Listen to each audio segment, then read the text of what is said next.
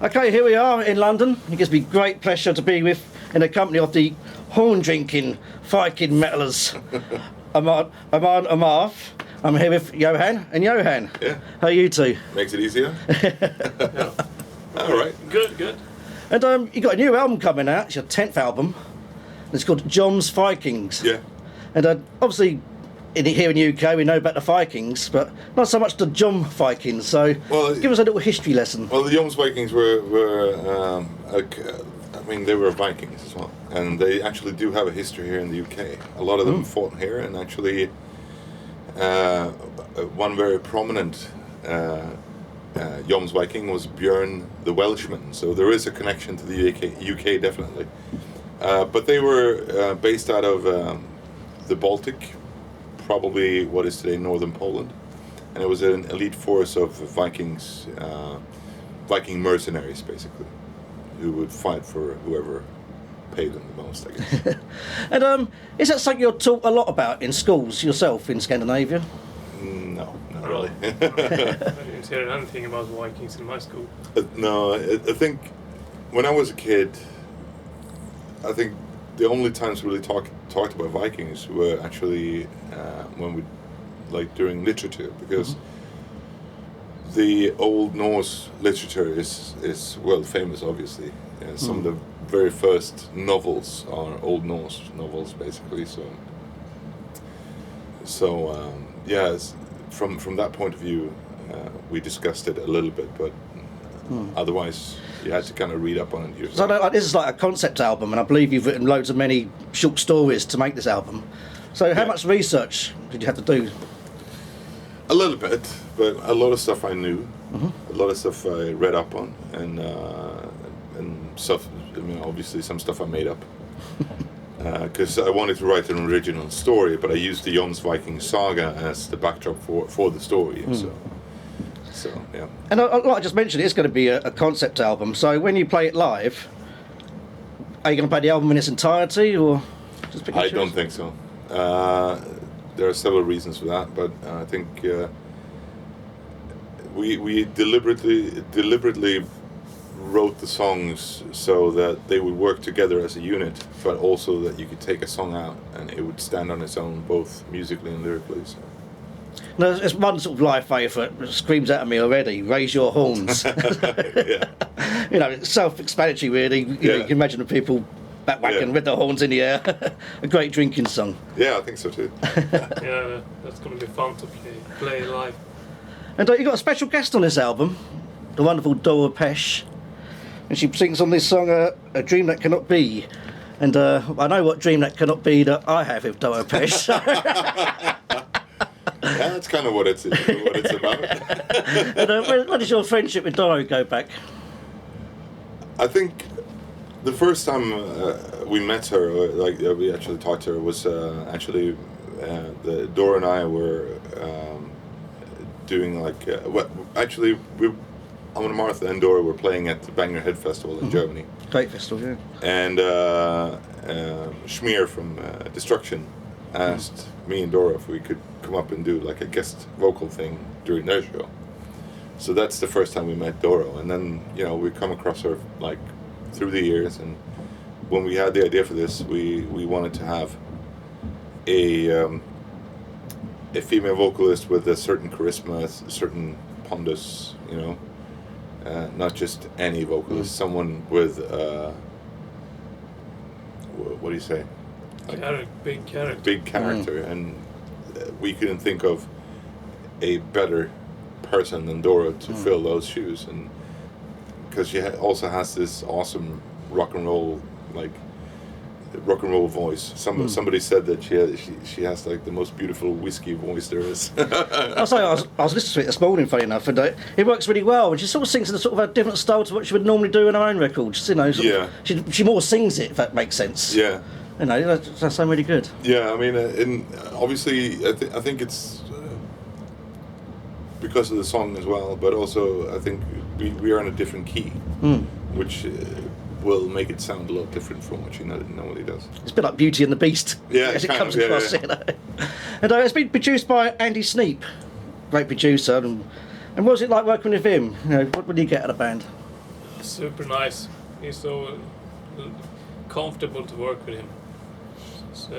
This album, I think, was the most smooth recording experience that we ever had, I think.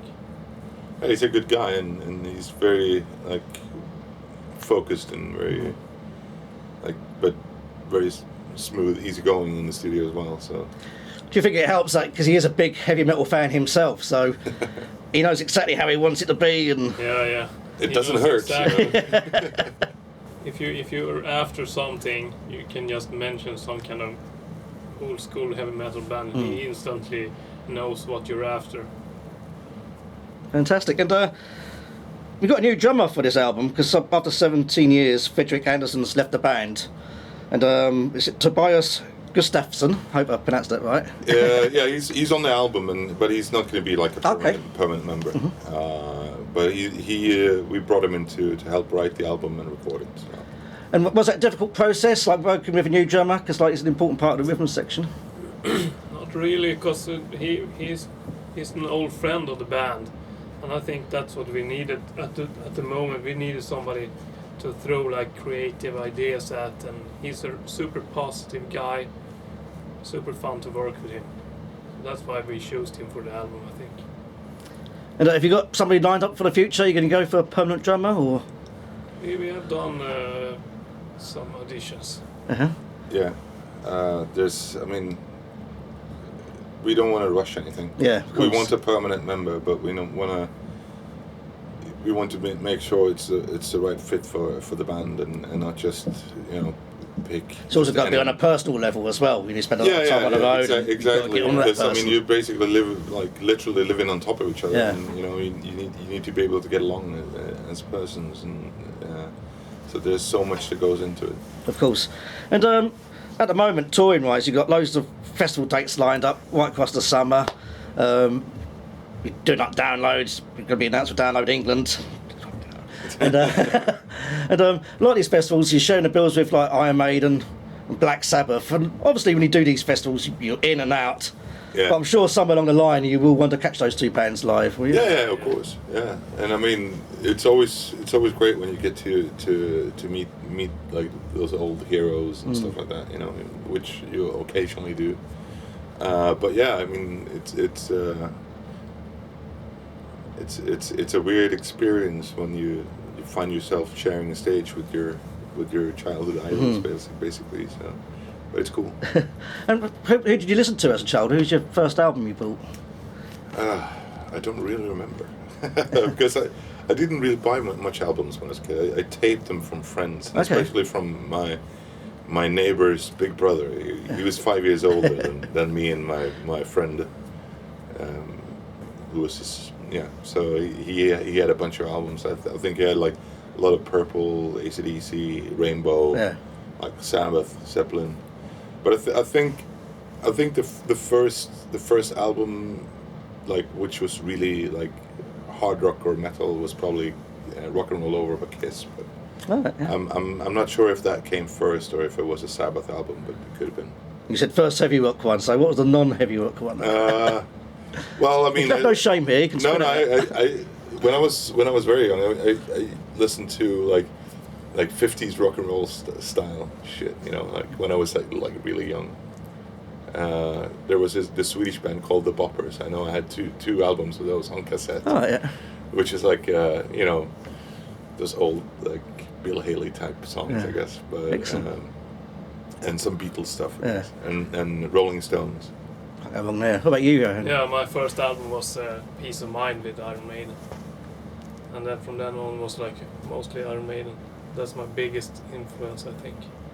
I think that's the kind you listen to when you're like really young. That's what like sets your. Of course, Maiden were absolutely huge in Sweden, and they were stadiums within a day. It's amazing. No, I guess the first metal album I bought myself, anyways, I think was probably could have been Peace of Mind as well, actually. What was that 83, 84? Because I also bought like the first vinyl album. One of the first vinyl albums I bought was actually Welcome to Hell by Venom. Oh wow! And I didn't really like it. I was only like You 10. were scared. I was only like 10 at the time. And, Sorry, Venom. Yeah, it was, you know, but because I'd heard Iron Maiden at the time, so I thought it would be something similar, and it wasn't. Of course, people forget in its internet days. Back in those days, you bought an album because you liked the cover, you know. Yeah, before you yeah, heard the exactly. music. Yeah. And you just mentioned the Boppers, an old Swedish rock and roll band. Yeah. And Sweden's had a history of great bands actually, and great progressive rock scene, which we're totally unaware of here in the UK. So can you sort of suggest any other great Swedish bands from like the 60s and 70s that people should check out? I don't know actually. I was good in that department either. I don't know. I think the Boppers they play like it was basically covers basically like by American music. There are a bunch of bands like rock bands I think, but nothing that I never really listened to when I was a kid. So I mean, I guess like when it came to the 80s, obviously you had bands such as Europe or Heavy Load or you know just bands that you kind of. And my parents, they listen more to English rock, like Rolling Stones and stuff like that, Beatles. Is that how many people learn the English language? It was from the Beatles and the Rolling Stones, and I think we have from in school we teach English from like nowadays it's from first class. Yeah. And also from I guess you learn a lot from the movies. But I think you're like partially it's from the music as well. I just know that when I studied English in school, our teacher had a section like once a month or twice a month where one of the pupils would bring a song and the lyrics, and you go through the lyrics and explain them, and he'd go through like what they meant by that and stuff like that. And that way you kind of learn English, not just learning the words, you also learn double entendres, word plays and stuff like that, which normally you wouldn't get, I guess. So it was a good way to learn actually. But I think that was his way of teaching us. It's not a. He was a music fan himself. Yeah, it wasn't really a common way, I guess. And sadly we lost Lemmy just after Christmas. Big fans? Oh yeah. What's your memories of Lemmy and Motorhead? Oh man, I've been to so many shows. But you know, it's like. Did you ever meet him? Yeah, once I got to meet him. Had my picture taken. I don't know where it is. Yeah, I still have mine. But yeah, you have a picture with him and Slash, don't you? Yeah. That's pretty cool. Him in the middle and Slash and Lemmy on the side. It looks like I'm at the Wax Museum. Yeah, but it's like I just remember him being like super nice about it. You know, he walked up and asked him if I could have a picture. I said, yeah, sure. Like no problems at all. So, from what I understand, like he was a really cool bloke. But I mean, I guess the music scene is going to be less exciting now. Definitely, I mean, characters like that don't come around often. So. What was your favourite era of Motorhead?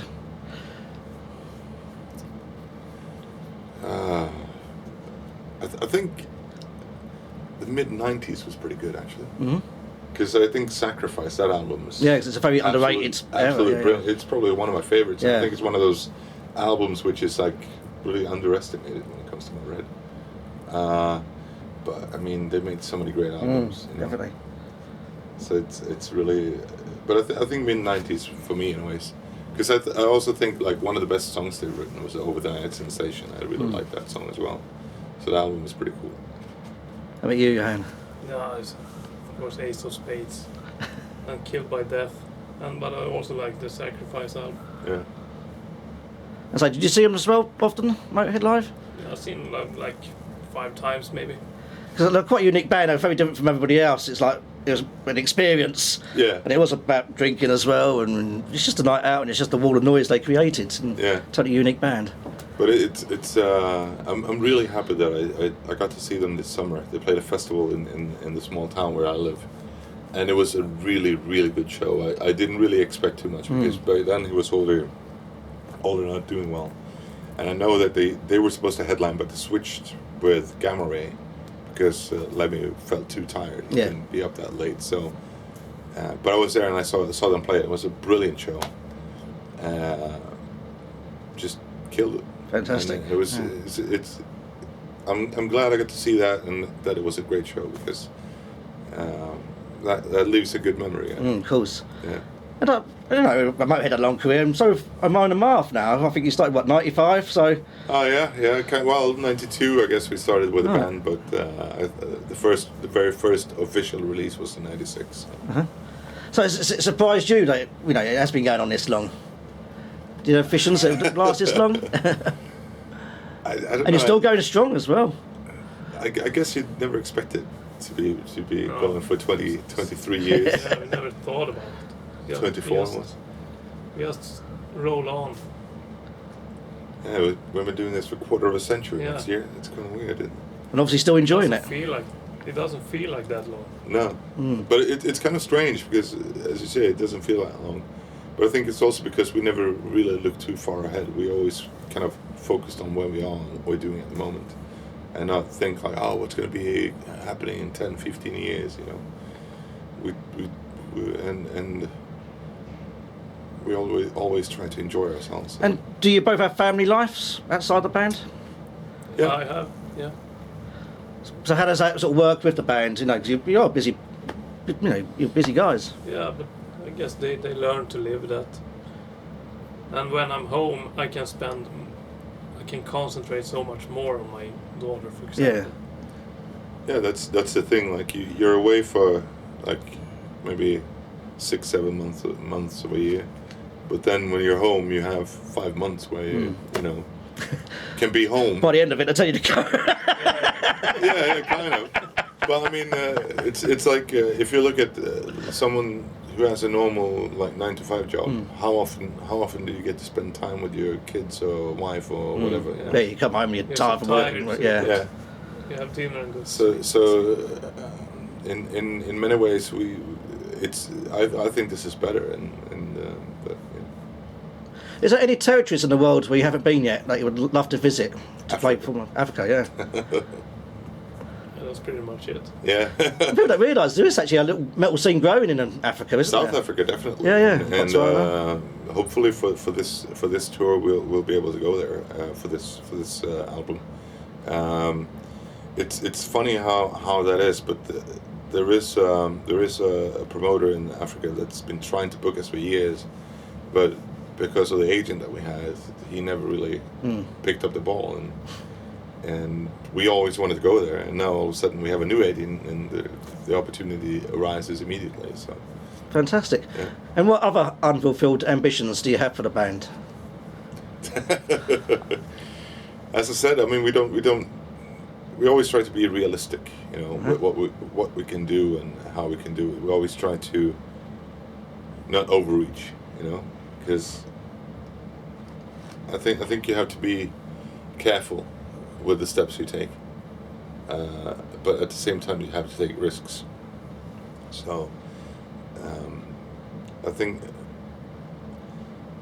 we just want to continue developing our stage performance. I think that's the main thing. You just said you have to take risks. What's the riskiest decision you've ever taken in the band? Good question. I don't know. I don't know either. Probably some big investment, I guess. Yeah. We buy like a big Viking ship, something like that. It depends. Yeah, it depends on. Yeah, that must be costly taking a Viking ship on tour. But it depends on how you look at it as well. I mean, sure, that's a big risk financially, but I think one of the biggest risks that we took was not really a big risk per se, but to as a first record, like to release a mini CD through a completely new label from Singapore with a guy we didn't know, never met, and like he sent us basically a contract that was it wasn't even 2 pages, I think. That was a big risk. We didn't know what was going to happen with that, album or anything. We paid for the recording. We didn't have that money, but we still paid for it. So obviously that was a big career risk, I think. I bet, yeah. Sounds But on the other hand, if that would have blown up in our face, we would just done it again. You know, done something else. You know, that's right, attitude. we would have continued. So otherwise, I think we always try to take calculated risks and not. As I said, we always try to think things through before we act on them. And what, you know, as I say, you're doing the festivals, and obviously there will be a tour, and you just mentioned that you have taken out a big Viking ship on the road before. So what plans, how do you sort of go up from that? Well, we wouldn't want to spoil the Of surprise course, now, would we? Always try to do it bigger. Yeah, but I mean, you always try to develop the stage, you know, presentation basically, because you want your shows to be an experience, because that's what you loved when you were a kid, you know, to go to the Iron Maiden shows and see all the spectacular stage props and all that stuff, you know. And I mean, we are children of the 80s. I mean, that's when we grew up, when all the bands had these massive productions and all that stuff, and I guess that's kind of what we dream about and aim for. I don't use a lot of pyrotechnics on your stage. You know, is there any times you've been close? Oh, that's a bit close. No, fumes got singed beards. Sometimes like you have to go to the mirror afterwards. Like eyebrows. Yeah, but it's fun though. I mean, it's always fun to put on a good visual show, I think. Definitely. I think we enjoy it and the fans enjoy it. Yeah, of course. Well, AMON AMARTH, it's been great talking to you. The album Jomsviking is out on March the 25th, and it's on which label? It's on Metal Blade Sony. Oh, still Metal Blade Sony. Yeah, Good. yeah. Well, So here in Europe, I guess it's Sony. Yeah. I wish you all the best for the future. It's been great All right, talking to you both. Nice Cheers. talking to you. See you on the road. Cheers. Cheers.